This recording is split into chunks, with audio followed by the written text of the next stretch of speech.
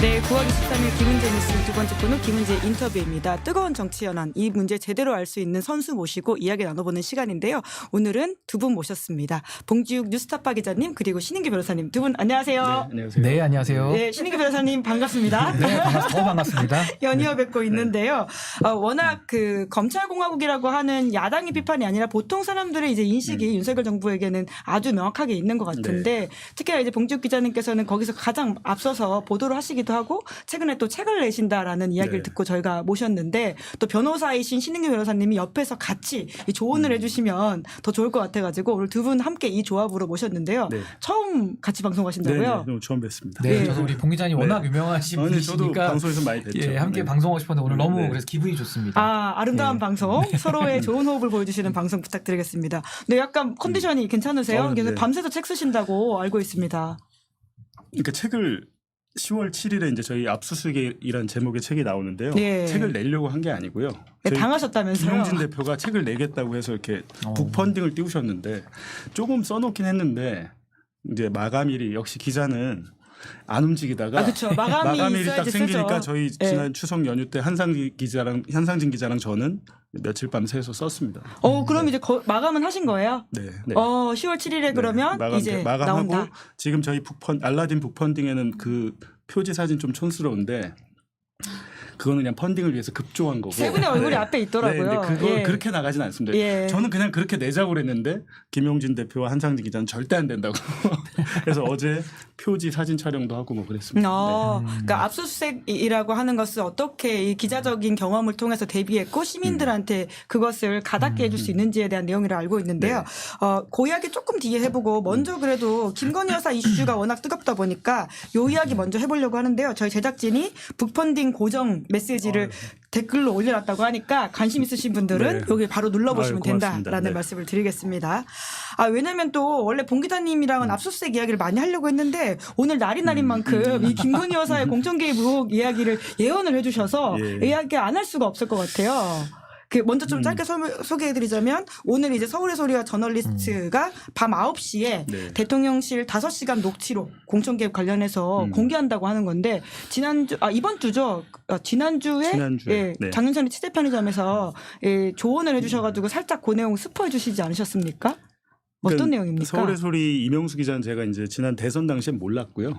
이제 제가 그때 JTBC 탐사팀장일 때 저희 팀원을 이명수 기자한테 제가 보냈어요. 왜냐하면 저희 팀원을 제가 그때 정대택 선생님이라고 김건희 여사 모친 최은순 씨랑 이렇게 송사가 많으셨고 갈등이 많으신 분이 계시잖아요. 그분을 전담 밀착 마크 했었는데 이제 그 분께서 이명수 기자가 김건희 여사와 그땐 여사 그러니까 후보자 부인과 통화한 녹음 파일이 있다라고 저희한테 사실 제일 먼저 말씀해 주셨고 JTBC로 그 녹음 파일이 왔다면 대선 결과는 아마 모르죠. 저한테 왔다면. 근데 이제 그게 어떤 좀 뭐 자세히 나중에 좀 밝힐 적은 있겠지만 하여튼 그게 이제 MBC로 가게 됐고 어찌 됐든 그때 몰랐고 이제 대선 끝나고 이명수 기자를 알았어요. 그러니까 보니까 저랑 나이 동갑이고 그래서 그 이후로 쭉 친구로 지냈는데 오늘 서울의 소리와 저널리스트 그 장인수 기자가 하겠다는 이거는 작년 한 11월 그러니까 저는 작년부터 얘기를 들었어요. 쭉 이렇게 취재를 이미 작년부터 네네, 취재를 하는 과정을 쭉 들었는데 이제 이명수 기자는 기자 출신은 아니잖아요. 본인도 그런 이렇게 얘기를 하고 저한테 야 지우가 나도 기자라는 소리를 들어도 되냐? 그러니까 레거시 미디어에서 훈련받진 않았다는 그러니까 의미로 그런 굉장히 뭐랄까 수줍음과 부끄러움이 많아요. 근데 이 친구가 하는 걸 제가 뭐 1년 넘게 쭉 보니까 굉장히 특이하다. 그러니까 약간 뭐랄까 언론계의 약간 마동석 같은 존재다. 마동석인가요? 어떤 의미예요? 통제가 안 되고 통제가 안 되고 저돌적이고 뚝심이 있어요. 예를 들면 얼마 전에 그 김건희 여사 뭐 산책 편의점 간 거 그것도 일주일 동안 뻗치게 해서 처음에 저한테 제보 받았다고 간다고 하더라고요. 그래서 저한테 뭐라 그러냐면 한 번은 같이 가자는 거예요 새벽에. 그래서 왜 그랬더니 이미 찍었대요. 한 번 찍었는데 한 번 더 갔는데 왜 더 가니 그랬더니 이번에는 차에서 내려서 MBC를 김건희 여사한테 인터뷰를 할 테니까 내가 혹시 경호원한테 두드려 맞으면 나 좀 찍어달라고 이런 스타일의 친구인데 이제 오늘 뭐 서울의 소리에서 오늘 밤 9시죠 공개하겠다고 한 이거는 대통령실 시민사회 수석실의 이제 비서관 비서관 김모 씨라고 할게요. 보니까 이름을 안 밝히더라고요. 제가 이제 그 리포터 원문은 봤습니다. 어떻게 나가는지 봤는데 오늘은 뭐 이름을 안 밝히는 것 같은데 지금 사실 기자들 사이에서는 아름아름 다 왜냐면 변호인이 이미 또 입장을 내기도 했거든요. 그러니까 고약은 이따 제가 해드리겠습니다. 하여튼 뭐 밝히면 하여튼 시민사회 소통관 직무대행이셨더라고요. 근데 이분이 이명수 기자와 고향이 같은가 봐요. 그래갖고 좀 친해져서 지난 한 1년간 통화를 했는데 전 참 이상해요. 이명수랑만 통화하면 왜 이렇게 빠져드냐. 매력이 뭐가 있으신가 보다. 아니 약간 근데 좀 약간 조건이 아닌데. 그러니까 이명수 기자의 앞선 김건희 여사와의 녹취 이슈를 알면서도 계속 통화를 지금 하셨던 제가 볼 때 거예요? 이거 말고 더 있어요. 더 있다. 이거 말고 더 있는데 이 친구가 얘기를 안 하는데 대단하다. 저랑 많은 상의를 하고 하는데 예. 일단 이 건에서 가장 의미가 있는 건 사실은 이제 제가 저랑 얘기를 많이 했을 때 제가 그렇게 얘기했죠. 저한테 처음 얘기했을 때는 이 용산의 이분이 나와서 선거 나갔다가 안 되고 야인이었어요. 그래갖고 제가 한 얘기는 야인의 얘기를 보도할 수는 없다. 그 사람이 나중에 공공기관에 들어가면 그때 써라 그랬더니 정말 공공기관에 들어간 거예요. 한 두세 달 전에. 두세 달 전에 공공기관에 들어가면서 또 통한 걸 들어보니까 골 때리더라고요. 계속 취재를 하신 거네요. 네, 계속했고 어찌됐든 이분이 얘기한 것 중에 공천 개입이 마침 그 뉴스토마토에서 불거졌잖아요. 예. 근데 그거는 이제 김영선 의원 그 건이고 이 건은 전혀 다른 건인데 그러니까 용산의 직원 대통령실 소속 비서관이 예. 직무대행이라도 비서관이라고 할 수 네. 있잖아요. 근데 비서관이 직접 김건희 여사가 보니까 녹취록을 봤는데 윤석열 대통령 얘기는 한마디도 안 나오더라고요. 다 김건희 여사가 한다고 나오고. 그러니까 이명수 기자와 그 김모 전 행정관 혹은 이제 직무대행 네네. 비서관이 네네. 하는 대화에는 네. 김 여사 이야기만 나온다. 그리고 거기 얘기 자체에 하여튼 본인이 밀려나잖아요. 김건희 여사가 찍어내린 사람 때문에 밀려나는데 야 그래도 나는 이 김건희 여사가 찍어내려온 이분을 당선시켜야 돼. 너무 열받지만 왜?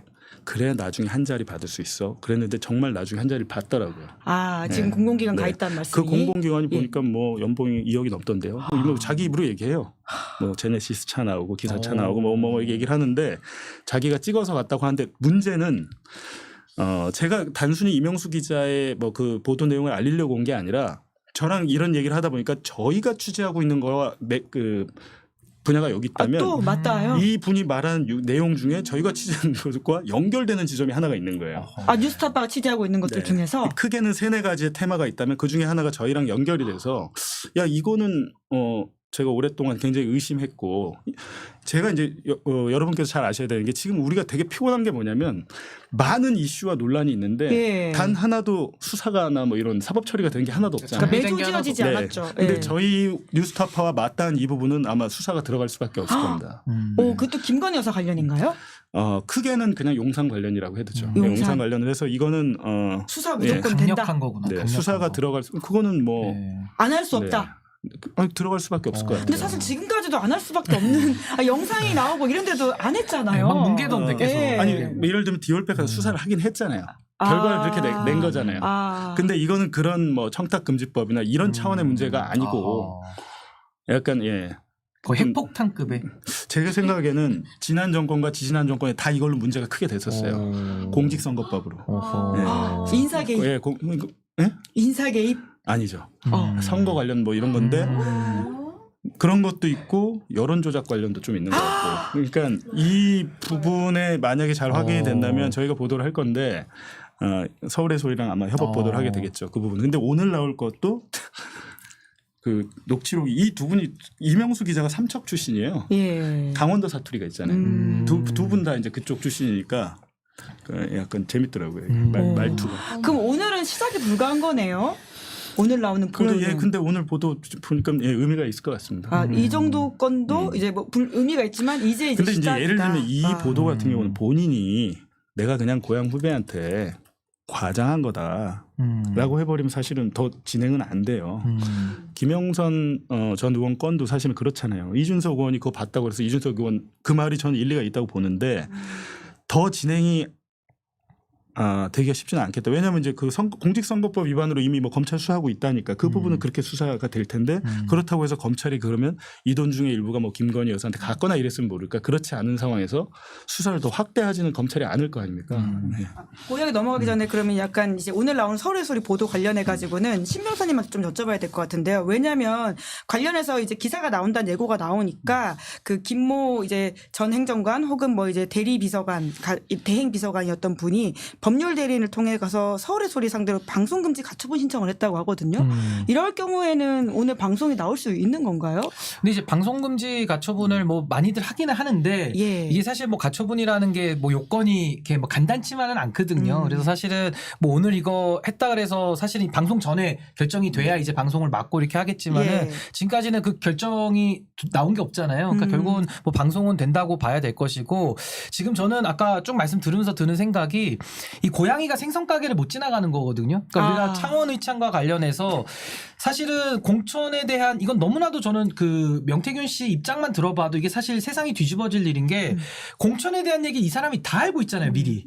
다 알고 있고 심지어 여사가 전화를 줘서 알려주고 그러니까 이 정도까지 나왔으면은 우리가 보통 형사소송 절차에서는 수사의 단서는 이미 다 나와버린 거예요. 그럼 여기에 대해서 수사를 하고 수사를 확대해야 되는데 뭐 그런 움직임이 전혀 없으니까 그래서 이것도 부득이하게 지금 특검으로 갈 수밖에 없는 거 아니냐. 물론 김건희 씨는 사인입니다마는 대통령이 중심에 있기 때문에 대통령이 이 부분에 대해서 알거나 보고받았거나 한다면 이게 공범이 되는 거거든요. 공범이 되면 같이 처벌을 받는 거고 박근혜 최순실도 그런 식으로 공범론으로 다 잡혀 들어간 거기 때문에 전 이 사실에 대해서는 저는 좀 이제 수사가 특검을 통해서 반드시 좀 밝혀져야 되겠다 그런 생각이 듭니다. 네, 진영애님께서 신인규 변호사님 응원합니다. 봉 기자님도요. 양심을 걸고 열일하시는 두 분을 응원합니다. 이렇게 슈퍼챗을 써주셨는데요. 네, 와중에 지금 나오는 이 김모 씨 쪽의 입장이라고 하는 것이 이제 말씀하셨던 것처럼 이제 과장된 것들을 허위 사실로 보도했다 할 것이다라는 것에 대해서 문제 제기를 하고 있는데요. 본인들은 이제 이 허위 사실을 유포하는 서울의 소리 영상을 활용하여 보도하는 방송에 대해서 형사 및 민사 고소 재판을 진행할 것이다라고 밝혔어요. 저는 요거 하나만 윤석열 예. 정부 들어와서 너무 이상한 게 있는 게 뭐냐면요. 아니 우리 봉 기자님도 재판 많이 해보셨으니까 아시겠지만 지금 하고 계시는지 시작. 아니 그러니까 이게 판사가요. 우리 형사소송에서는 판사가 재판정에서 인정한 것을 사실관계로 우리가 규정을 하지 신이 아닌데 그 사실의 사실관계라는 걸 그대로 재현할 수는 없잖아요. 그래서 우리가 보통 검사가 유죄를 입증하기 위해서 여러 증거를 댑니다. 그중에 대표적인 게 핸드폰, 뭐 문자 내지는 어떤 뭐 녹취록 내지는 영상 이런 걸 갖다가 우리가 증거로서 내가지고 처벌을 하거든요. 근데 윤석열 정부의 너무 의아한 점은 뭐냐면은 영상이 나와도 거기에 대해서 인정하지 않습니다. 그리고 녹취록에 나오면 다 허풍이래요. 다 뻥이래요. 아니 그러면은 매일 그냥 사적으로 우리가 매일 일상생활에서도 통화를 하잖아요.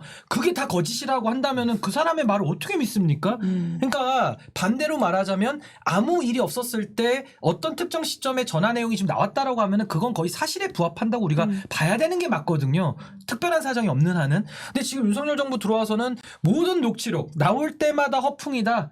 그 사람이 허풍쟁이다 이걸로 도망가니까 이렇게 해가지고는 우리가 이 민주공화국 체제를 유지할 수가 있을까라는 근본적인 좀 회의감이 많이 듭니다. 네, 그러니까 이렇게 잦은 언론 대응, 특히나 이제 그 고소하겠다, 뭐 민사 소송하겠다 이런 식의 행태에 대해서는 봉 기자님도 굉장히 여러 차례 문제 제기를 하시기도 했고 사실 그게 체계의 내용으로도 연결되는 것 같긴 한데요. 윤석열 정부에서의 이러한 여건발 언론 대응은 어떻게 좀 보십니까? 그게 이제 작년에 시작된 게 이제 가짜 뉴스. 지난해 6월에 자유총연맹 대통령이 가셔가지고 가짜 뉴스 엄벌해야 되고 뭐 이렇게 말씀을 쭉 하셨는데, 저는 윤석열 대통령의 언론관이 유튜버, 극우 유튜버, 보수 유튜버들을 통해서 형성이 된 것 같아요. 그래서 그분들에서 결국에는 거기서 끝났어야 되는데 그것을 검찰을 움직이고 방송통신위원회, 방송통신심의위원회, 문화체육관광부, 정부 조직까지 움직였거든요. 근데 결국에는 검찰이 11개월 동안 수사해서 밝힌 게 하나도 없잖아요. 뭐 저희가 뉴스타파 보도가 허위랄지 가짜 뉴스랄지 무슨 증거가 있어요. 뭐 민주당에서 뭐 이재명 대표가 짰다고 그렇게 뭐 막 기자들한테 흘려놓고 나온 증거는 단 하나도 없이 지금 재판이 진행되는 거잖아요. 결국에는 자기한테 돌아갈 거예요. 부메랑으로 자기한테 돌아갈 겁니다. 본인이 가짜 뉴스라고 미리 하는 거는 자기를 비방하면 가짜 뉴스인 거고. 그렇잖아요. 자기를 비판하면. 자기를 옹호하면 가짜뉴스가 아닌 거예요. 그럼 가로세 뭐 만약 예를 들면 가로세로 연구소나 조선일보가 자기를 옹호했다. 띄워주고 이러면. 예, 그러면 진실보도입니까? 그게 아니잖아요. 요새 이게 조선일보도 약간 톤이 그러니까 달라졌다고요? 가짜 뉴스네. 조선일보도 가짜뉴스가 된 거예요. 예, 그러면. 윤 대통령이 진짜 보수냐 뭐 이런 식의 칼럼까지 나오고 있더라고요. 예. 예. 그러니까 제 말씀이 그렇습니다. 아까 말씀하셨는데 그 명태균 씨인가 그러니까 그분의 해명이 저는 딱 보면서 더 웃겼어요. 텔레그램을 했다는 거 자기가 인정했잖아요. 김건희 여사랑. 그러니까 다 떠나서 우리가 봤을 때는 전 이준석 의원하고 얘기할 때 그 얘기를 했거든요. 저한테 사실 사건 초반에 쭉 얘기를 해줬는데 제가 뭐라 그랬냐면 당신은 너무 이 사안을 안일하게 보는 것 같다. 그런 문자가 존재한다는 것 자체가 난 문제라고 본다. 왜냐하면 아니 김건희 여사가 뭔데 남의 공천을 그렇죠. 하라 세상이 말합니까? 뒤집어질 일이지. 예.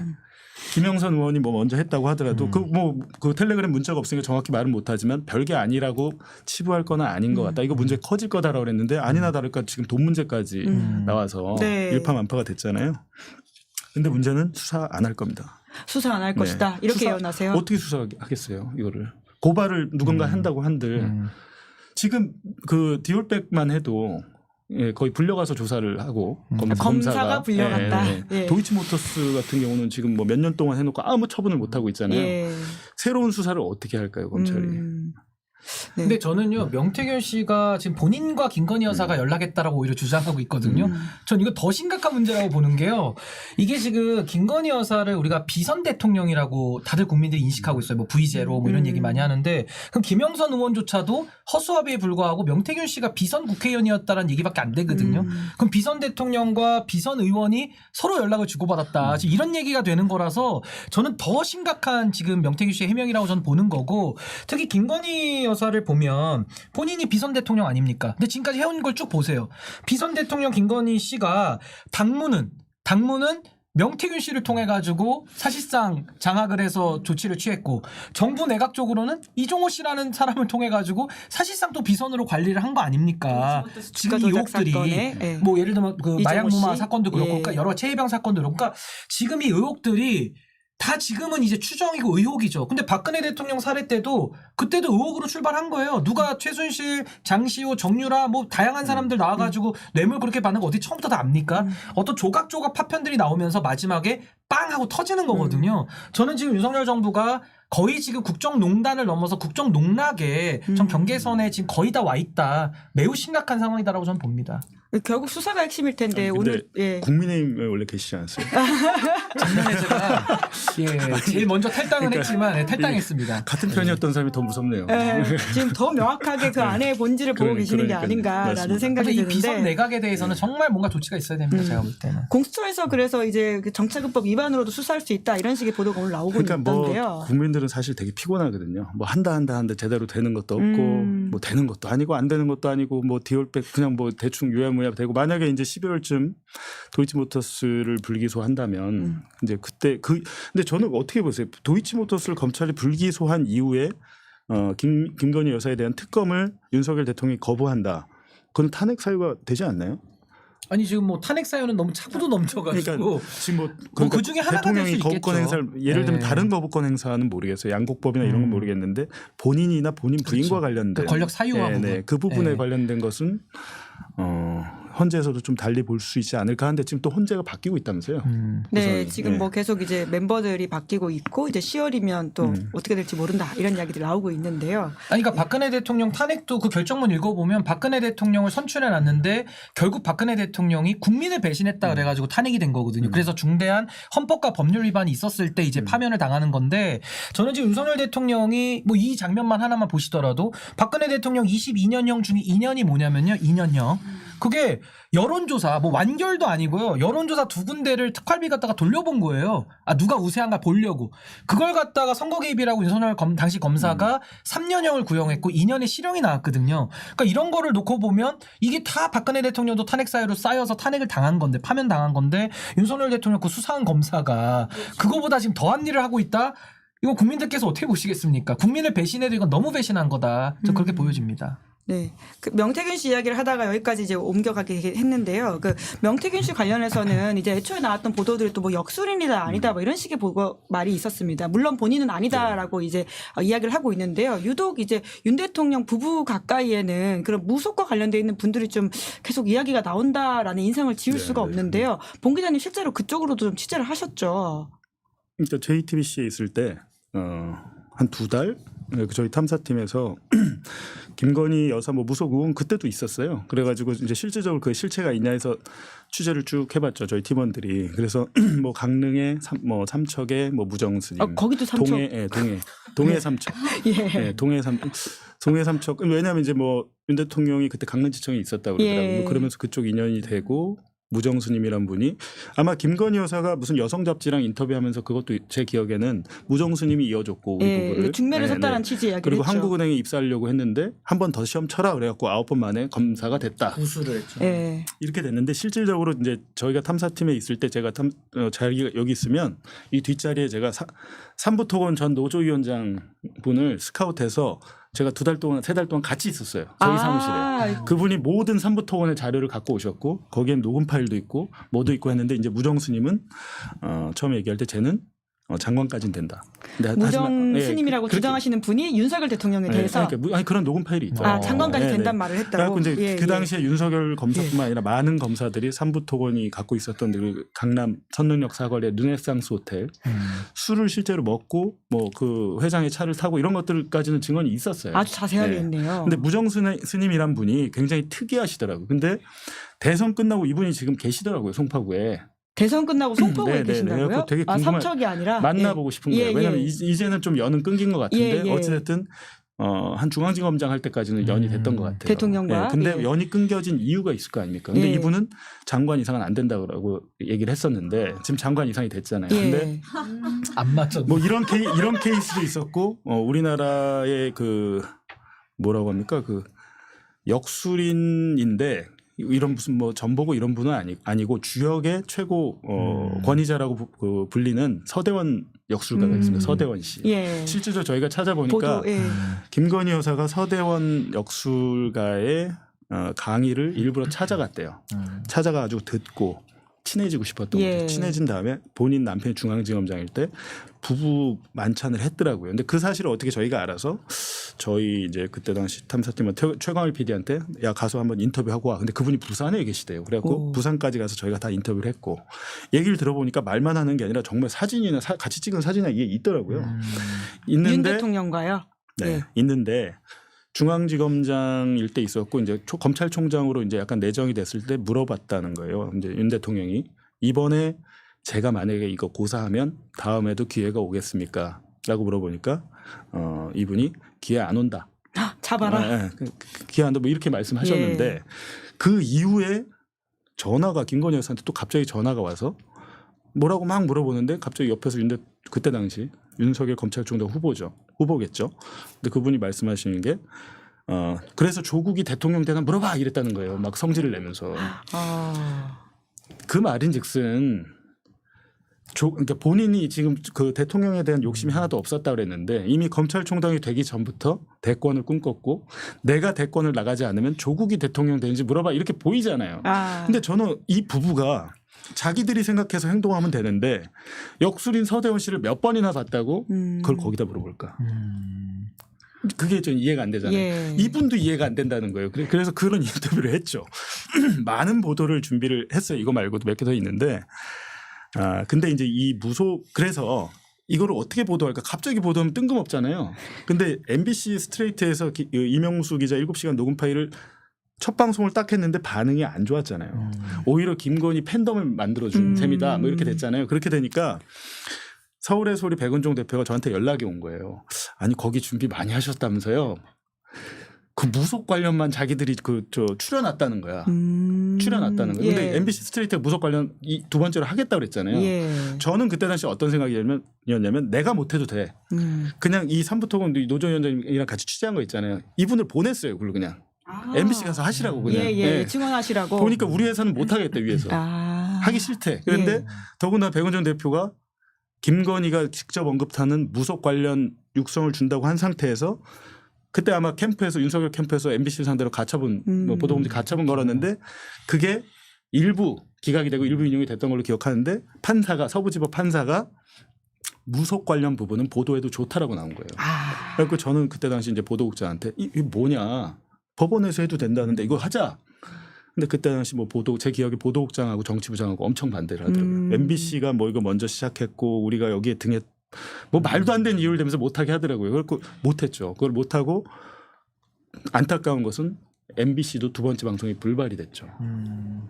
그러면서 이제 좀 슬픈 사연이 있는데 결국에는 전 나중에 이게 문제 될 것 같거든요. 아, 계속해서 이 무속 논란이라고 네. 하는 게 이 정부와 관련돼 있는 지금 없는 얘기가 계속 나오는 건 아니잖아요. 이미 당선되기 전에 후보 때도 이런 얘기가 많이 나왔고 그 이후에도 많은 얘기가 있는데 그거는 제가 알고 있지만 방송에서 밝히기에는 뭐 확인이 되지 않았기 때문에 그렇지만 많은 의혹은 계속 있잖아요.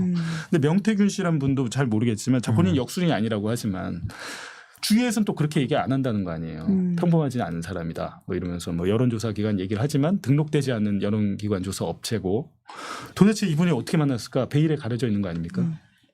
네. 오늘 뭐 이준석 의원이 밝힌 바에 따르면 이제 김영선 전 의원을 통해 소개받았다라고 하는 것인데요. 뭐 좀 더 김영선 전 의원. 본인이요? 예, 예. 명태균은? 예, 본인은 그렇게 그건 소개받았다라고 아닌데 하더라고요. 제가 알기로 아, 그건 아니에요. 그게 아니라 바로 팩트 체크 들어가셨습니다. 팩트체크 아닌 거 걸리죠. 이준석 의원 예. 그거는 약간 거짓말인데 왜냐하면 제가 알기로 이준석 의원이 당대표가 국민의힘 당대표가 된 게 2021년 2021년 6월이죠. 6월. 2021년 6월에 경선을 했죠. 예, 예. 그때 알게 됐어요. 그때 대구에 내려갔잖아요. 대구에 내려가서 뭐 제복을 입고 막 그때 그러지 않았나요? 2021년. 하여튼 당대표 돼서 대구에 가서 한국노총 무슨 이렇게 행사 자리에 있었는데 거기 이준석 당대표가 갔는데 명태균이 찾아와서 인사를 처음 한 걸로 알고 있는데 2021년 6월. 예. 그 오늘 나온 인터뷰 TV조선과 인터뷰의 정확한 워딩이 뭐냐면요. 진행자가 명태균 씨하고 우리 이 의원이 지난번 대표 선거할 때부터 알게 된 사람인가요? 라고 물어보니까 이준석 의원이 김영선 의원이 저한테 소개시켜줬죠. 라고 이야기했어요. 그러니까 이제 요거는 뭐냐면 김종인 위원장 말씀을 여기다 보태면 좀 해석이 될 것 같은데 당대표 경선, 그러니까 2021년 6월 달에 했던 이 경선 때 이준석 의원을 많이 도왔다 그랬어요. 그러니까 그 명태균 씨가. 그러니까 도왔다라고 한다면은 최소한 2021년도 6월 전에 이미 관계가 좀 형성이 됐던 거 아닌가. 예, 그건 뭐 어쨌든 다시 한번 더 물어봐야 될 것 같아요. 애매한 중요한 부분입니다. 이야기니까요. 그거는. 예, 예. 그러니까 그렇게. 왜 저 참 이준석 의원도 왜 그런지 모르겠어요. 그냥 이 사건 초반에 본인이 먼저 밝히는 게 좋을 뻔했어요. 그전에 가만히 있다가 지금 하나씩 아니죠. 그러니까 저는요 본인이 밝히거나 그러니까 밝힐 거면 시원하게 밝혀서 이 내용이었으니까 어떻다라 국민의 판단을 받아야 되는데 본인이 본 걸 말 안 하면서 이거 별거 아니야 이러니까 국민들이 못 믿는 거고 그리고 만약에 말 안 할 거였으면은 그냥 계속 입을 다물고 있었어야 되는데 방송 나와가지고 공천 개입 사건이 지금 처음에는 텔레그램 있다로 나왔고 그 다음에 이제 녹취까지 지금 나오고 있잖아요. 근데 이거를 이준석 의원이 처음에는 익명 뒤에 숨었다가 그 다음에는 이거 선의의 조언인데 이게 애매하다 뭐 이런 식으로 굉장히 축소은폐를 했기 때문에 더 의혹이 커진 것도 사실이다. 저 이렇게 봅니다. 그러니까 본인이 밝힌 바는 김영선 전 의원과 김건희 여사가 나눈 메시지일 거라고 당연히 생각을 했었는데 이제 명태균 씨가 그렇게 말을 하는 거 보니 또 내가 좀 정확하게 몰랐던 것 같다라는 취지 이야기를 오늘 하더라고요. 그리고 더 중요한 거는 네. 김건희 씨의 공천 개입이 지금 이 사건의 핵심인데 네. 그 핵심 당사자가 또 명태균 씨잖아요. 근데 그 명태균 씨가 또 이준석 의원하고도 관계가 더 있다는 거예요. 그러면서 이준석 의원이 당대표일 때는 공천을 했고 그 다음에 개혁신당 당대표일 때는 공천 개입 사건의 피해자로 김영선 의원이 와서 만났던 사람이기 때문에 이 사안은 뭐 개혁신당 이슈도 아니고요. 이준석 의원이 당사자로 끼어있는 이슈니까 본인에 대해서는 뭐 아는 부분을 밝히면 밝히는 거고 아니면 아닌 건데 거기서 이제 이상한 태도를 보이니까 국민들은 이거 뭔가 더 수상하다 이렇게 볼 수밖에 없는 거고 전 하나만 더 말씀드리면 전 이준석 의원이 왜 이렇게 좀 의아한 태도를 많이 보일까 저는 이게 김건희 씨와의 여러 가지 관계성에서 나오는 걸 수도 있겠지만 더 중요한 거는 명태균 씨가 가운데 껴있기 때문에 이러지도 저러지도 못하는 거 아닌가라는 좀 그런 의심을 좀 해봅니다. 네. 이 부분은 저희가 계속 보도를 하고 있으니까요. 또 팔로우업해서 말씀을 드리도록 하고요. 그래도 시간 관계상 책 이야기를 하려고 모셨는데 앞에 김건희 여사 이슈가 워낙 핵폭탄급이다 보니까 신인규 변호사님 말씀에 따르면 고약이 좀 길어졌는데 그래도 이제 이 책이 벌써 2,000부가 예약이 넘어섰고 3천만 원 이상의 후원이 모였더라고요. 이 정도의 예상을 이 정도의 뜨거운 반응을 예상하셨어요? 봉 기자님? 아니 갑자기 쓰게 됐기 때문에 예상하지 아무것도 할 수 못해. 없는 예상할 수 예상하지 없는 상황이 못했고. 없다. 근데 사실은 근데 이걸 하나 꼭 써야 되겠다고 생각한 이유는 압수수색에 대해서 저희가 기자로서 기사를 쓸 때랑 실제 당해 보니까 특수부에 특히 압수수색이잖아요. 특수부에 압수수색을 당하다 보니까 저희 집에는 심지어 8명이 왔어요. 검사와 수사관이. 총. 네, 9시간 동안 했는데 직접 당하고 쭉 포렌식이고 뭐고 쭉 재판까지 과정을 겪어보니까 아 우리나라 검찰과 법원에 관행적으로 되는 것들이 있구나. 관행적으로 이루어지는 불법과 편법, 위법이 있구나라는 걸 기자들이니까 알게 된 거죠 사실은. 근데 이거를 우리만 알 게 아니라 널리 알려서 문제 제기를 해서 법과 제도를 바꾸게 해야 되고 기본적으로 이제 대통령에 대한 명예훼손으로 수사받고 계신 일반 시민들도 계세요. 아, 그 페이크 그런가요? 영상, 윤 대통령 얼굴 합성한 페이크 영상 예, 한 것 예. 때문에 갑자기 뭐 부산에 사시는 시민 한 분은 집에 경찰 뭐 특수부에서 들이닥쳐가지고 압수수색을 당하시고 그랬는데 우리가 생각지도 못하게 정말 압수수색 당할 수 있습니다. 근데 저희도 모르고 심지어는 변호사분들도 잘 모르세요. 디테일한 거는. 제일 잘하는 건 검사도 잘 모릅니다. 검사도 그런 그 압수수색을 많이 나가본 특수부나 공안 뭐 마약 검사 이쪽이나 좀 잘 알겠죠. 예. 대부분의 형사부 검사도 잘 모르고 그렇다고 해서 전관 출신 변호인이 이걸 잘 대응할 수 있는 그것도 아니에요. 그래서 제가 아예 이번에 책 쓰고 제가 마지막에 쓴 게 압수수색 대응 매뉴얼을 책 뒤에 붙여놨어요. 그러니까 그냥 일문일답으로 거의 생존서네요. 그럼 예를 들면 이제 궁금하잖아요. 예. 제가 수사 대상이 됐어요. 막 됐는데 집에 압수수색이 올 것 같아. 그럼 제일 먼저 고민이 되는 게 핸드폰이잖아요. 모든 게 담겨 이 안에 있으니까요. 예. 이거 버릴까? 바꿀까? 이런 생각이 들잖아요. 근데 딱 보면 검사들 그 99만 원 술접대 받은 검사들 라임 사건 예, 잃어버렸다고 거짓말 뭐 호수 했다라는 가다가 의심이 갑자기 있죠. 네. 갑자기 화가 나서 호수에 이걸 집어 던졌다는 등 부부 싸움을 말도 안 되는 했다. 얘기를 하면서 검사들은 휴대전화를 바꾸잖아요. 예. 바꾸는데 그러니까 검사들도 잘 모르는 거예요. 그러니까 한 가지만 오늘 말씀드리면 갤럭시 한 S22 이상 버전의 휴대전화, 그다음 아이폰 최신형, 그 비교적 최신형 휴대전화는 갤럭시도 마찬가지로 공장 초기화 한 2번 정도 하면 검찰의 디지털 포렌식 프로그램으로 나오지 않습니다. 네, 거의 다 삭제돼요. 그러니까 완전 복구가 안 되겠죠. 거의 안 됩니다. 예. 거의 제가 볼 때 한 99%안 되는 것 같아요. 왜냐하면 저희가 많은 경험을 해보고 이번 취재를 하면서 민간 포렌식 업체들한테 다 또 해보고 했는데 생체 실험 당하셨네요. 왜냐하면 제 휴대전화가 갤럭시 S22였잖아요. 예. 비밀번호를 영어 대문자 소문자 특수기호로 25자리를 해놨는데 검찰이 예를 들면 이겁니다. 검사가 제 휴대전화를 열었잖아요. 실리콘으로 일단 잠금을 열었잖아요. 그러니까 2가지 단계를 거쳐야 돼요. 검찰이 포렌식 장비가 이거다. 그럼 제 폰을 연결을 하잖아요. 예. 그러면 완전히 잠겨 있잖아요. 꺼졌거나. 그랬으면 검찰은 못 풀었어요. 그 한동훈 대표 네. 핸드폰이 그건 또 아이폰이니까 더 못 풀지만 아이폰이나 갤럭시나 별 차이가 없습니다. 지금 일단은 복잡하게 비밀번호를 걸어놓으면 못 푸는데 제 휴대전화는 그때 검찰이 수사관이 실리콘 골무에서 잠금을 열은 상태였어요. 그것도 사실 그러니까 저는 비밀번호 네. 그래갖고 저는 그냥 포렌식이 되는 줄 알았는데 예. 저한테 계속 비밀번호 알려달라고 하니까 제가 한마디 했죠. 한동훈도 안 알려줬는데 내가 왜 알려주냐 이렇게 얘기했더니 그거를 또 제 조서에 썼더라고요. 봉지욱 씨는 그때 집에서 검찰 수사관이 비밀번호 알려달라고 하자 한동훈도 안 알려준 비밀번호 내가 왜 안 알려줬냐라고 했죠라고 저한테 질문을 하더라고요. 틀린 말은 아닌데. 수사에 비협조한다는 모양새를 판사한테 보여주고 싶은 거예요. 얘들은 수사에 비협조해서 아마 그때 당시만 해도 저희에 대한 그 구속영장을 청구하려고 했던 것 같아요. 그림을 만들었고 그림 만들려고. 그리고 저희는 취재원이 많으니까 안티 포렌식 앱 있잖아요.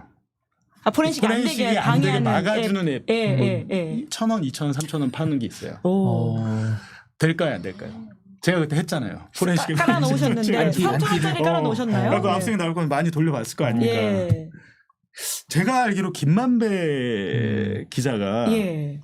무슨 스와이프란 앱, 그 해외에 있는 거 그거는 작동이 된 모양이에요. 왜냐면 제가 안티 포렌식 대장동 앱으로서 검찰 수사기를 역할을 보니까 했다. 예. 그것 때문에 이제 쓰레기 정보가 덮여갖고 복원이 안 됐다고 돼 있는데 저는 그걸 보고 제가 한번 해봤어요. 왜냐하면 사실 제가 뺏긴 휴대전화는 사용한 지 2-3달밖에 안 돼서 별 정보가 없었는데 그 와중에도 저희가 뭐 공직이나 내부 고발전에 많은 사람을 통했는데 엉뚱한 사람이 잡혀갈까봐 그게 걱정이 돼서 안티포렌식을 했어요. 한상진 기자랑 둘이 앉아서 얼마짜리 하셨어요? 3,000원인가 2,000원짜리 했는데 3,000원짜리요?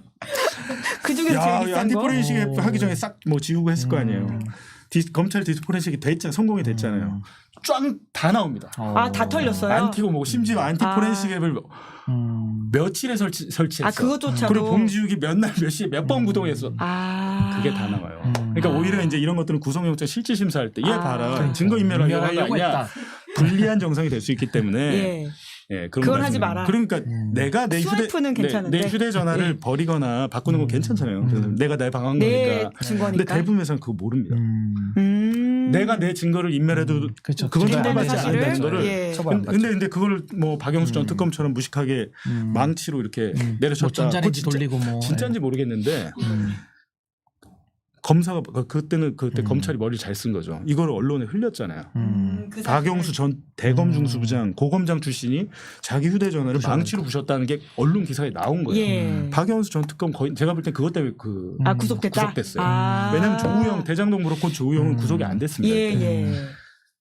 근데 그러니까 말씀드리면 내 거를 함부로 그렇게 부수거나 없애거나 하면 구속영장 만약에 청구가 되고 내가 실질심사 받을 거라고 하면 굉장히 불리하게 불리한 증거다. 작용할 수 있다는 걸 알아야 된다는 예. 거고 굳이 바꿀 필요 없다. 아. 공장 초기 하시라. 예. 라는 등등의 어. 아무도 말해주지 않은 심지어 변호사님 잘 모르셨죠 예. 이거. 근데 이거는 알 수가 없는 게 수사관들도 일반 수사관은 모릅니다. 그러게요. 안 이 해본 정도 사람 아는 거는 검찰의 포렌식 전문 와. 수사관들, 포렌식 예. 전문 수사관들이 왜 우리 집에서 그렇게 난리를 쳤는지 나중에 알았죠. 아 갤럭시 S22 못 뚫는구나. 그리고 심지어 포렌식 하기 전에 먹통 될까봐 제 휴대전화를 다 캠코더로 찍었다 그랬잖아요, 제가. 실패하면 폰이 먹통이 될 수 있으니까 예. 아직까지 최신형 폰은 쉽지 않구나. 갤럭시나 아이폰이 큰 차이가 없구나. 제가 뭐 삼성을 좋아하지는 않습니다만 실질적으로 우리가 기자들이 착각하는 게 아이폰이면 다 막아지는 줄 아는데 아이폰 사가지고 숫자 4자리 비밀번호 고르면 바로 뚫립니다. 아이폰을 사도 한동훈 장관처럼 긴 비밀번호 예. 특수교를 섞어야 된다라는 거죠. 그러니까 한 장관 때문에 우리 국민이 그건 알았잖아요. 굉장히 많이 알게 됐죠. 예. 근데 저는 이 압수수색 관련해서는 사실 그런 인권 침해적인 부분이라든지 아니면 뭐 별건 수사 위험 뭐 이런 것들 때문에 상당히 통제가 좀 필요한 부분이거든요. 검찰의 과잉 수사 부분이니까. 근데 이게 아무래도 전자기기 발달이나 여러 가지 이 제도가 현실 상황을 좀 못 따라가는 거예요, 사실은. 그러다 보니까 관행으로 그냥 해버리는 경우가 많고요. 또 그리고 나서 사실상 법원의 영장 통제를 가지고서 법원이 이제 발부하냐 마냐를 가지고 판사의 인식으로 사실상 이제 통제를 하는 거거든요. 근데 이게 사실은 그렇게 되면 판사들도 뭐 검사들하고 물론 분리는 돼 있지만 또 이 가지는 개편처럼 일단은 유죄 추정 원칙을 때려놓고 수사하는 경우가 많기 때문에 거기서 이제 인권 침해가 많이 나오는 거거든요. 그리고 한 번 나와버리면 재판 진행 과정 중에서는 바꾸지도 못해요. 그러니까 굉장히 이게 미치는 영향이 크기 때문에 저는 반드시 이게 뭐 검찰 개혁이라는 큰 틀도 중요하지만은 이런 압수수색 부분에 대한 제도적인 확인이나 통제나 이런 것들은 판사에게만 맡겨놓을 것은 아니고 또 검찰의 관행에만 맡겨둘 건 아니고 반드시 좀 제도적 보완이 좀 필요해 보인다라는 생각이 듭니다. 너무 당했을 때 피해가 너무 크거든요. 사실은. 그렇죠. 하여튼 직접 당해보시면 알게 되는데 모르는 게 좋지 않을까요? 근데 언제 올지 모르니까. 학습을 많이 하신 다음에 예. 최대한 알고 대응하는 것과 예. 저 같은 경우는 변호인도 없이 저 혼자 혼자 받았거든요. 하시구나. 예, 받았는데 저희 책을 보시면 혼자 충분히 방어할 수 있어요. 방어할 수 있고 예를 들면 압수수색 영상 찍고 싶잖아요. 근데 내 폰 뺏겼잖아요. 근데 다른 폰들인데 만약에 이제 막 빈 공기계가 있다. 그러니까 제가 갖고 있는 모든 휴대전화를 가져갈 수는 없습니다. 아, 이게 딱 봤는데 이게 완전한 공기계다. 예. 왜냐면 자기들이 꽂아봐요. 예. 여기 정보가 있나 없나. 공기계면 놔둡니다. 이렇게. 예. 그럼 내가 찍고 싶잖아요. 예. 저 같으면 이제 찍거나 녹음을 할 것 같아요. 왜냐면 자기들은 바디캠을 들고 와서 다 찍는데 기록을 남겨야 되니까. 저는 기록을 못하니까 방어권을 차원에서 영상을 못 찍게 한다는 것도 없어요, 사실. 네. 할 아무런 수 그게 있는 없어요. 거네요. 근데 내 권리네요. 검사가 그냥 워낙 이제 윽박 지르는 위협적으로. 거죠. 하지 마시라고. 예. 하지 마시라고. 예. 저희 집에서 못 찍게 하고 심지어 저희 집 밖을 나가고 카메라 기자 찍으니까 카메라를 손으로 쳐요. 그 영상 그랬는데 봤습니다. 같은 똑같이 압수수색을 동시에 봤는데 한상진 기자의 예. 집에서는 편안하게 다 찍었더라고요. 검사마다 케이스 바이 기준이 케이스라는 없는 거는 거죠. 기준이 없다는 예. 것이고 예. 저는 최대한 그리고 만약에 검찰에서 조사를 받으실 때도 경찰에서 받으실 때도 녹음하지 말라고 하거든요. 경찰에서 특히 녹음해도 됩니다. 우리 모르잖아요. 근데 이 수사관이 나한테 어떤 좀 불법적인 뭐 딜을 제안한다거나 뭐 없는 얘기를 지어내라고 한다거나 했을 때 난 뭐 증명할 길이 없잖아요. 그렇죠. 예. 녹음하셔도 된다는 거. 예. 그런 것들을 우리가 잘 모르지만 그래서 공부를 많이 해야 된다. 왜냐하면 언젠가 나도 그렇죠. 특히 이 정권에서는 뭐 압수수색이 된다거나 피의자가 될 거나 요즘은 참고인도 압수수색을 그렇게 하더라고요. 아. 저희 사건의 저 취재원 참고인은 압수수색 당하시고 그 출국 금지 조치까지 당하셨거든요. 그렇기 때문에 하여튼 보시면 이게 제가 봤는데 3명 있었잖아요. 재밌더라고요. 아, 각자의 경험이 또 다르시니까. 같은 경험을 했는데 이렇게 예. 좀 시각이 다른가? 뭐 이런 생각도 있고 보니까 이렇게 검수하면서 보니까 빨리 쓴 책 치고는 잘 썼다라는 생각이 책은 들었어요. 꼭 좀 다 사보셔야 되겠네요, 예. 진짜. 법조인도 꼭 읽어야 될 책이 네, 저도 사서 아닐까. 읽어보겠습니다. 예. 그리고 이제 실무를 제 해야 되는 네. 상황이니까. 지인 중에는 예. 농담으로 우리나라의 그 형사 사건 수가 뭐 고발 건으로 보면 50만 건이 넘는다 그러더라고요. 뭐 이 건으로 봤을 때 전국의 그 예비 범죄자와 그리고 현재 피의자와 참고인 치면은 한 10만 분은 팔리지 않겠냐. 아 근데 정말 이 압수수색 시대에는 반드시 알아야 될 시민의 인권 차원에서 그렇죠. 필요한 책입니다. 만약에 이제 검찰이 네.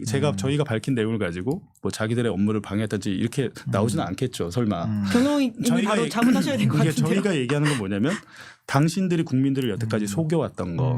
검사들이 속여왔던 거. 휴대전화를 제가 말씀드리지만 줄 필요 없습니다. 우리 집에서 다 뽑아가세요. 내 사건 관련된 것만 다 뽑아가세요 하고 나 한숨 잘게 하고 자면 돼요 그냥. 내가 좀 밥 좀 먹고 오려면 내 부인이나 동생 친인척 뭐 지인들 보고 있어요. 나 나갔다 올게. 우리 이런 거 모르잖아요. 네. 제가 당해보니까 빨리 갔으면 좋겠는 거예요. 아 그렇죠. 아니 애들이 저 학교 끝나고 집에 와야 9시간 되는데 동안 누가 저도 우리 집을 뒤지고 있다. 그래서 오후 한 3, 4시까지 마치기로 약속을 했는데 결국에는 6시까지 한 게 아 그럼 자녀분들이 다 압수수색하는 현장 못 왔죠. 공공 못 왔죠. 집에 못 왔죠. 못 들어오고 바뀌니까 가장의 입장에서는 빨리 끝나고 싶다. 가족이 이걸 보게 하거나 하고 싶지 예, 않으니 예. 이러다 보니까 그냥 가져가세요 이렇게 되거든요. 근데 그렇게 할 필요가 전혀 없다. 충분히 예. 현장에서 여기서 뽑아가세요. 그때는 근데 대신에 자기가 비밀번호 알려줘야죠. 자, 내가 뭐 여기 별게 없다면 내 비밀번호 알려드릴 테니까 여기서 일단 추출을 전체를 한 다음에 뭐 대장동 사건이다. 그럼 대장동이나 키워드를 돌려서 쭉 뜨는 거 가져가세요. 라고 폰 놔두고 가세요 하면 되는데 이 휴대전화를 가져가면 언제 돌려올지 모릅니다. 그렇죠. 예. 원래는 10일 이내에 돌려주게 돼 있어요. 그냥 권고로. 근데 또 안 지키니까. 한 10달? 몇 년? 재판 끝날 때까지도 안 돌려주는 게 제가 말씀드리면 갤럭시 S22가 작년 10월에는 안 뚫렸잖아요. 지금은 뚫릴 수도 있는 거예요. 왜냐하면 검찰의 디지털 포렌식 프로그램은 계속 업데이트됩니다. 그래서 안 돌려주는 거예요. 특히 아이폰 같은 경우가 이스라엘의 무슨 프로그램이 아이폰 15까지 예, 뚫는다고 예, 하는 예. 그게 비싸대요. 몇 2억인가 뭐 비싸야 되는데 그거를 얼마나 사고 싶겠습니까 검찰이. 그러니까 저희 김용지 대표 폰이 아이폰 15인가 그런데 안 돌려줍니다.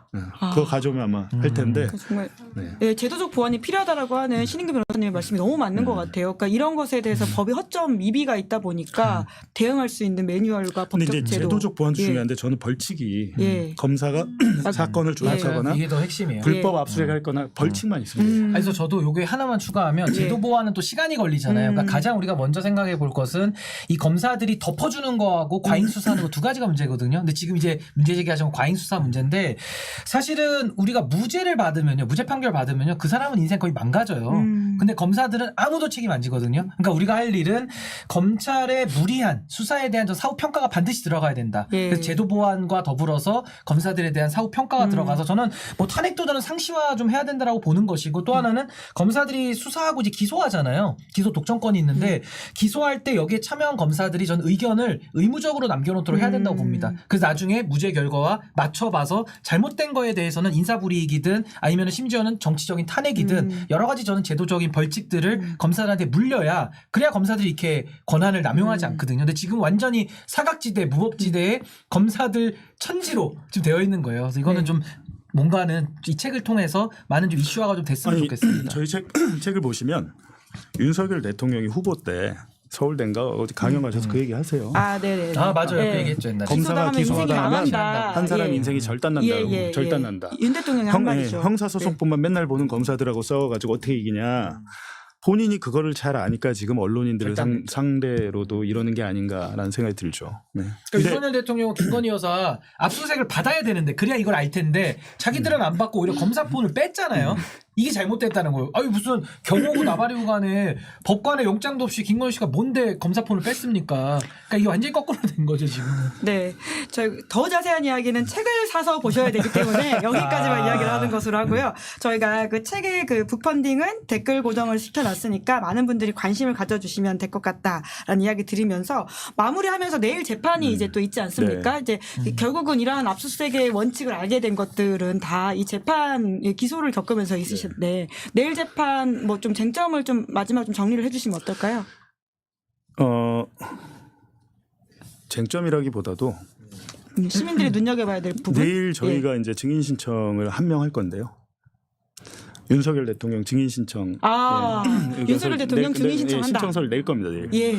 내면 어쨌든 판사는 판단을 해야 되잖아요. 예. 검사는 지금 검찰은 16명 정도 사건 관계자 뭐 남욱, 조우영 이런 사람들 쭉 했던데 저희는 다 빼고 이 사건에 대해서 피해자라고 하는 윤석열 대통령 법정에 나와라. 만약에 쭉 재판 다 했는데 마지막에 뭐 처벌을 한다거나 안 한다거나 이렇게 말 바꾸면 그렇게 되면 그 소송의 효율성이나 경제성이 없지 않니? 그러니 판사도 계속 그 얘기를 재판부도 그 얘기를 했었거든요. 그렇게 되면 소송의 경제성, 효율성을 따지면 시작부터 윤석열 대통령을 1번 증인으로 불러서 정확하게 처벌 의사를 밝혀라. 그리고 당신이 무슨 피해를 받는지 증언해라. 왜냐하면 수사기관에서 진술 안 했으니까 저희는 그렇게 얘기를 할 거예요. 어찌됐든 판사가 그거를 받아줄지 모르겠으나 검찰에서는 또 내일 항변을 하지 않겠습니까? 검찰에서 근데 무슨 얘기를 할 수 있을까요? 윤석열 대통령 증인 나오면 안 된다고 어떤 논리를 댈지 저는 되게 근데 검찰이 생각보다 굉장히 신박합니다. 어떤 면에서 공소장을 70장, 80장, 100장을 쓸 수 있는 능력이 있는 사람들이에요. 사실 아무 관계 없는 것들을 소설가 대비해도 괜찮아요. 마치 소설가. 관계 없는 것들을 관계 있는 것처럼 이어놓는 능력은 굉장히 탁월합니다. 신춘문예 같은데 등단하면 또 탁월한데 이제 내일 갑자기 그런 상황에서 아마 자기들도 예상했을 텐데 윤석열을 증인으로 부르자고 했을 때 검찰이 어떻게 반대할 것인가. 말이 안 되잖아요. 피해자의 얘기를 듣자는데 피해자의 피해 진술을 듣자는데 그거를 왜 반대하죠? 그 피해자에 대해서 배려를 안 하는 게 아닌가. 근데 저희는 아마 내일 쟁점은 그게 다 아닐까. 예, 내일 재판 스포까지 해주고 가셨습니다. 예, 신 변호사님도. 그러니까 사실 이 대통령의 명예훼손 사건으로 지금 재판을 받고 이제 봉지욱 기자님도 이제 기소가 되신 건데 저는 이게 사건 초기 자체가 성립이 안 되는 거예요. 그러니까 대통령이라고 하면 권력자고 본인은 당연히 야당이든 언론이든 반대자든 감시자든 당연히 견제를 받는 거거든요. 근데 거기에 대해서 본인이 이거를 명예훼손으로 지금 처리한다는 것 자체가 전 대통령에게 이게 보호 가치가 있는 명예가 있는지부터가 일단 의문이 들어가지고 아마 뭐 법리적으로나 뭐 여러 가지 증인들을 세워서 뭐 갑론을박은 있겠지만은 이게 전 사건이 성립 자체가 안 되는 거 아닌가라는 개인적인 의견이 좀 있습니다. 예. 두 분의 케미가 너무 좋다. 예, 주고받으면서 이야기를 들으니까 더 잘 이해가 된다라는 말씀들을 많이 하십니다. 앞으로도 뉴스타파에서도 보도들이 쭉 나올 테니까 또 모시고 말씀을 듣겠습니다. 뭐 여러 가지 다 빼고요. 부산저축은행의 주인공 윤석열 주인검사 때 조우영이나 대장동 대출에 대한 봐주기 의혹이 있다는 사실 되게 아이러니하게도 검찰이 재판부에 낸 수사 증거 기록에도 있어요. 그 정황 증거들이 또 간접 증거들이 쭉 있는데 이번에 내는 책은 압수수색이고요. 그래갖고 제가 생각을 해봤어요. 변호인 의견서를 이렇게 여러 번 낼 필요가 없구나. 이건 국민들이 봐야 되는데 변호인 의견서는 판사만 보지 뭐 국민들이 볼 수 없잖아요. 그래서 네네. 제가 이제 저희가 썼던 여러 가지 이제 기사나 앞으로 쓸 기사들 다 더해서 대장동 엑스파일이라는 책 한 걸 아예 낼 겁니다. 이거는 우리 사건에 왜 우리가 이렇게 주장할 수밖에 없는지를 그러니까 총망라하는 건데 윤석열 대통령이 어떤 생각을 갖고 있는지는 모르겠으나 잊어버렸을 수 있잖아요. 아주 오래전 일이라. 근데 이 조우영이라는 사람 뭐 하여튼 그런 여러 가지 증거를 쭉 내면 아마 다른 언론들도 보실 거고. 그리고 한 가지 저희가 제안 드릴 것은 시사인도 그렇고 뭐 여러 가지 MBC 한겨레 경향신문 그렇고 저희는 공동 협업을 제안을 할 겁니다. 왜냐하면 저희 수사 기록을 저희가 독점하지 않고 저희는 또 당사자이기 때문에 객관성이 떨어지니까 같은 자료를 공유하면서 저희가 비판받아야 될 부분은 비판받으면 되고 만약에 이제 검찰이 한 거짓말에 대해서는 여러 언론이 공동으로 협업 취지해서 동시에 기사를 써야지 안 그러면 그냥 가짜뉴스란 말 한마디로 무너지고 뉴스타파는 사형에 처해야 될 뭐 국기문란범들 뭐 별의별 단어가 다 나왔잖아요. 근데 그러면서 결국에는 근데 되게 아이러니한 것은 그게 먹힙니다. 사람들한테요? 사람들한테 은연중에 먹혀요. 저기는 문제가 있는 곳 아니야? 잘은 모르지만 이런 것들이 먹히기 때문에 지금 저희 혼자 뭘 할 수는 없는 상황이기 때문에 이제 뭐 여러 언론들이 협업을 해서 밝혀야죠. 사실은 변호사님이 아시겠지만 그게 사실은 허위 보도 뭐 이걸 떠나서 법에서 따지는 거는 고의성과 악의성인 거거든요.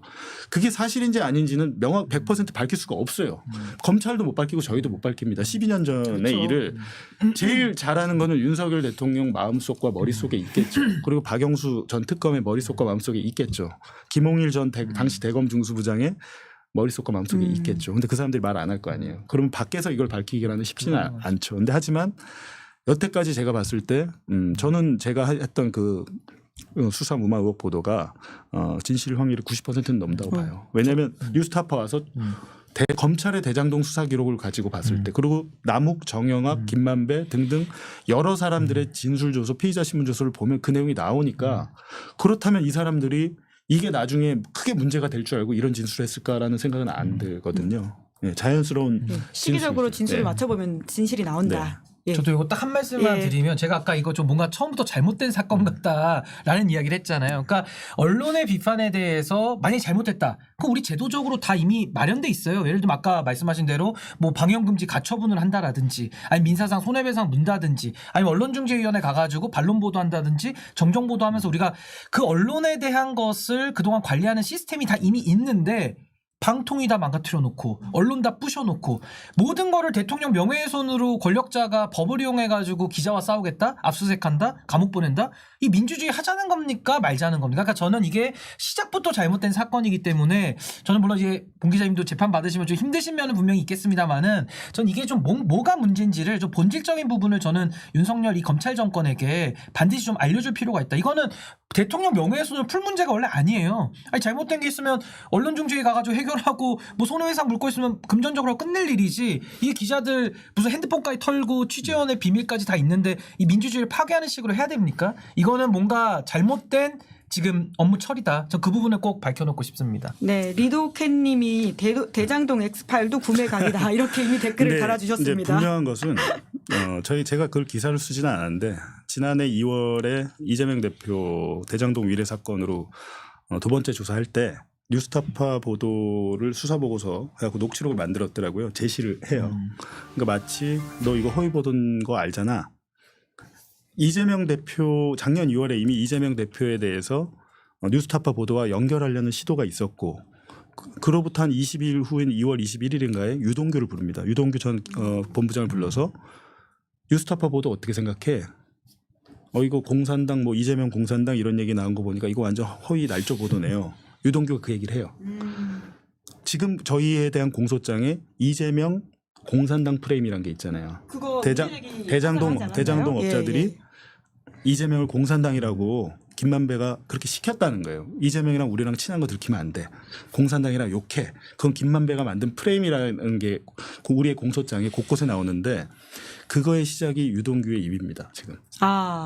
그러니까 제가 그런 것들을 뭐 여태까지 어디서 뭐 자세히 밝히지는 않았지만 검찰이 빌드업을 쭉 해오는 과정을 보면 기록을 보셨으니까 이제 하시는 말씀이군요. 기록을 지금 보면 그 근거라는 것이 물증이 하나도 없어요. 주로 남욱, 유동규, 남욱 변호사와 유동규 전 본부장의 이 두 사람의 진술에 의존하고 있는데 아시겠지만 이 두 사람은 2022년 10월과 11월에 석방이 돼요. 보석 석방이. 그죠? 굉장히 서로 다른 이해관계를 가지기 시작했다. 보석 이 석방이 되고 말씀이시죠? 김만배 전 회장은 계속 구속이 돼 있었죠. 협조하면 석방하고 마찬가지잖아요. 이화영 전 부지사 못 나오잖아요.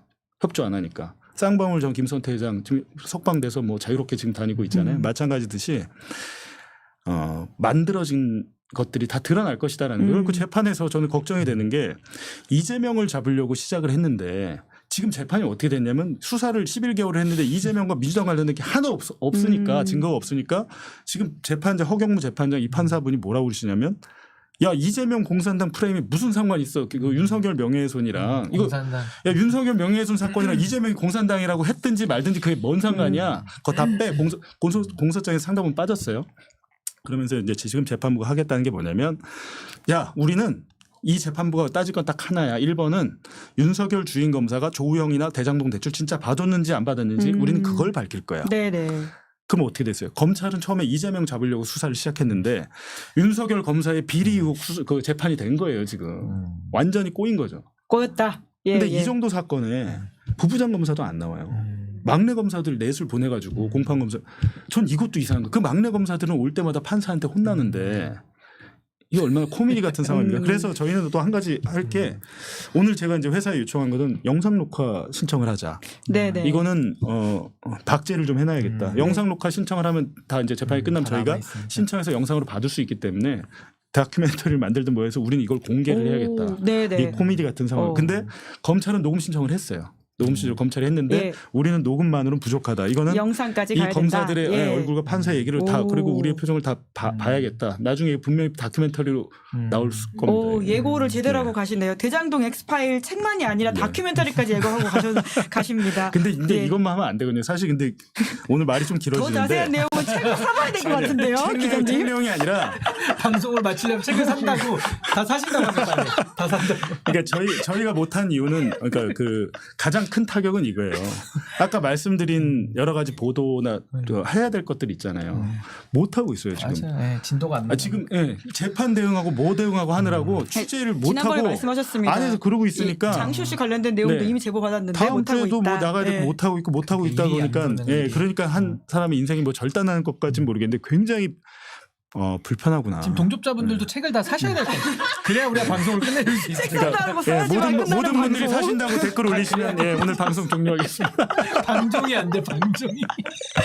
네, 또 모시도록 하고요. 예, 계속해서 저희도 아까 이제 공동 취재 제안 주셨는데 연대의 마음과 원래 저희 이미 언론 장악 관련해 가지고도 같이 네, 공동 같이 하고 취재하지 있습니다. 않았습니까? 예, 연대의 마음과 여러 가지 취재들을 또 더해 가지고는 계속 말씀 올리고 또 듣도록 하겠습니다. 네. 두 분 그럼 여기서 마치겠습니다. 수고 네. 많으셨습니다. 고맙습니다. 감사합니다. 감사합니다. 예, 저는 방송 마치기 전에 광고 안내하겠습니다. 여러분들은 보험을 어떻게 가입하셨나요? 대부분의 보험은 전문 설계사가 아닌 가족이나 친척 등을 통해 묻지마식으로 가입하시는 분 많으실 겁니다. 그러다 보니 꼭 필요한 보장들이 포함되었는지 지금 내가 보험료를 얼마나 내고 있는지 적정한 수준인지 모르시는 경우가 태반인데요. 이런 분들 위해서 전문 보험 클리닉 업체 더 착한 보험을 소개해 드립니다. 요즘 경기가 안 좋아서 보험료 나가는 게 부담스러우실 분들 많으실 텐데요. 이럴 때 보험료는 줄이고 보장은 유지하는 방법도 있다고 하니까 상담 받아보시면 좋을 것 같습니다. 상담 예약은 대표번호 1644-1236 010-7612-3303으로 연락 주시거나 24시간 언제든지 문자, 카톡 남겨주시면 확인 후 연락드리고 있다고 합니다. 여기까지고요. 저는 내일 오후 5시에 박성태, 장성철 두 사람과 함께하는 여의도 박장대소로 돌아오겠습니다. 오늘 방송 재밌게 보셨다면 구독, 좋아요, 알림 설정 부탁드리겠습니다. 고맙습니다. 시사인이 만드는